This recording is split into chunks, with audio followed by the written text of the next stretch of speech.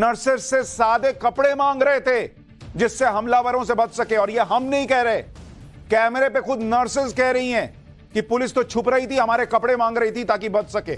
सुनिए क्या कहा है वहां की नर्स ने। एक मॉब जो बहुत एग्रेसिव है, पूरा मतलब दानव जैसा उसमें है जो जोश था, तो वो अंदर आया, पूरा बैरिकेड तोड़ के अंदर आया। पुलिस भाग रहा था पहले, उसके पीछे पीछे वो लोग भाग रहा था, और पुलिस तो जहाँ पे मुंह छुपाने के लिए घुस गया, जहाँ पे वो लोग शेल्टर मिला वो लोग चला गया। ऐसे भी बातें आ रही कि लेडीज टॉयलेट में पुलिस, यस, लेडीज टॉयलेट में घुस गया, पेशेंट लोग के ब्लैंकेट लेके छुप गया, और हम लोगों को बोला कि आप लोगों का ड्रेस दीजिए, मुझे सिविल में रहना है, ताकि कोई नहीं पहचान पाए वो पुलिस है। मतलब नर्स से भी मांगा, मतलब इससे शेमफुल कुछ नहीं हो सकता। पुलिस जिसका ड्यूटी ये है हम लोग को प्रोटेक्शन देना है, वो हम लोगों से प्रोटेक्शन मांग रहा है। और इसीलिए हाईकोर्ट पूछ रहा था कि जो अपनी रक्षा नहीं कर पा रहे हैं वो दूसरों की रक्षा क्या करेंगे, वो पुलिस क्या रक्षा करेगी। और आप सुनिए, आदमी शॉक्ड है सुनकर। खुद वहां की नर्सेस बता रही हैं कि पुलिस जो है वो टॉयलेट में छुप गई, पुलिस हमारे पीछे छुप गई, पुलिस हमसे जो है वो सादे कपड़े मांग रही थी कि हम सिविल ड्रेस में रहेंगे तो बच जाएंगे। ये पुलिस का हाल है। आप सोचिए, ये बंगाल का हाल है। कलकत्ता हाईकोर्ट सरकार को फटकार लगा रही है, पुलिस पर सवाल खड़े हो रहे हैं, और दूसरी तरफ ममता बनर्जी अपनी राजनीति में व्यस्त हैं। पश्चिम बंगाल की मुख्यमंत्री ममता बनर्जी ने आज अपने ही प्रदेश में जघन्य अपराध के विरोध में प्रदर्शन किया। ममता बनर्जी ने टीएमसी नेताओं के साथ पैदल मार्च निकाला। इस दौरान डॉक्टर के रेप और मर्डर के दोषियों को फांसी दो के नारे लग रहे थे। यानी गजब का हाल है बंगाल में। एक मुख्यमंत्री प्रोटेस्ट कर रही हैं, जबकि मुख्यमंत्री को तो इस घटना पर प्रोएक्टिवली एक्शन लेना चाहिए था। एक और बात गौर करने वाली है, जब तक कोलकाता पुलिस मामले की जांच कर रही थी तब तक ममता बनर्जी ने कोई प्रदर्शन नहीं किया। जैसे ही सीबीआई को जांच सौंपी गई तो ममता बनर्जी सड़क पर उतर आई।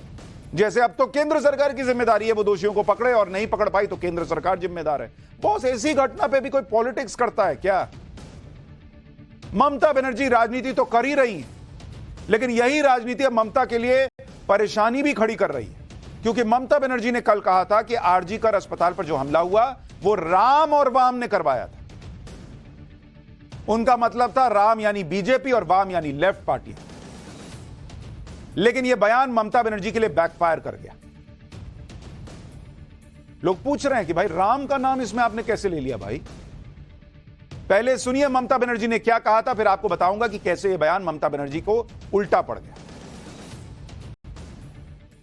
বহিরাগত কিছু রাজনৈতিক লোক যারা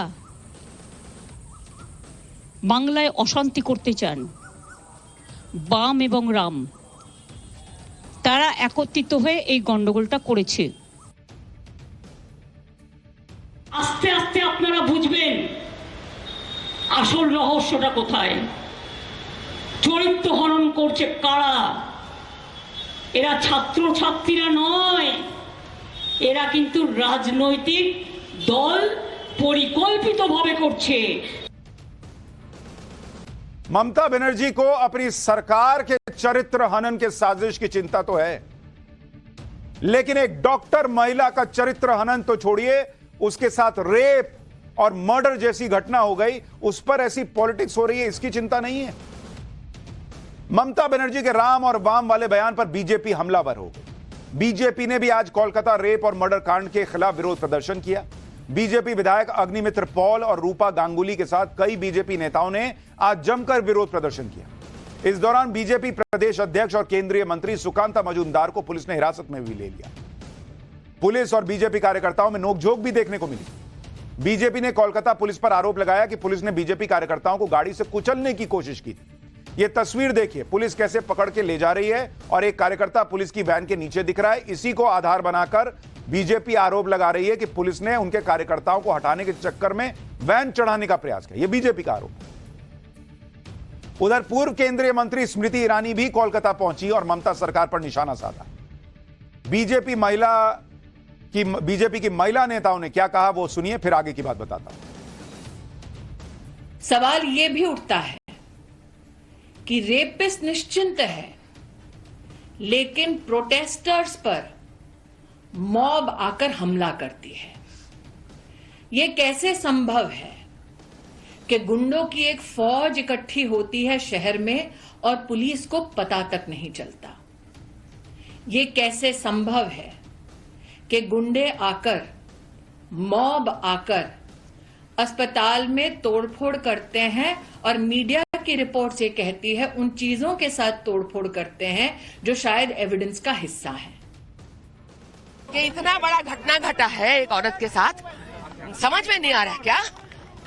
बेशरम महिला पुलिस, जैसा बेशरम महिला मुख्यमंत्री वैसा ही बेशरम महिला पुलिस प्लान करके वो रात को जो लोगों को घुसाया था वहाँ पुलिस वहाँ पे प्लान करके अपना पोस्ट भी तुड़वाया। इतने लोग अचानक घुस गए, वो अपने जगह से घुस के आए, अपने लोकेलिटी के लड़के, सबका फोटोज है और ममता बनर्जी मुख्यमंत्री होकर नौटंकी करके खुद ही मिसिल कर रही है। यही सवाल आज कलकत्ता हाईकोर्ट में भी उठा था कि 7,000 लोगों की भीड़ घुस गई, वो 7,000 लोग चल के आ गए होंगे, ऐसा तो संभव नहीं है। पीड़िता के वकील ने तो कहा कि उनके पास वीडियोज हैं कि जिसमें ट्रकों में भर भर के लोग आए, उनके पास हथियार थे। यह भी आरोप लगा, कोर्ट के अंदर कहा गया। और इसीलिए कोर्ट ने पूछा कि आपको पता ही नहीं चला कि इतने 7,000 लोग आ रहे हैं। बीजेपी नेता गिरिराज सिंह ने राम और वाम वाले बयान पर ममता पर पलटवार की। गिरिराज सिंह ने कहा कि भगवान राम ने हमेशा अन्याय का नाश किया है और बंगाल में जो अन्याय हो रहा है उसका नाश भी भगवान राम करेंगे।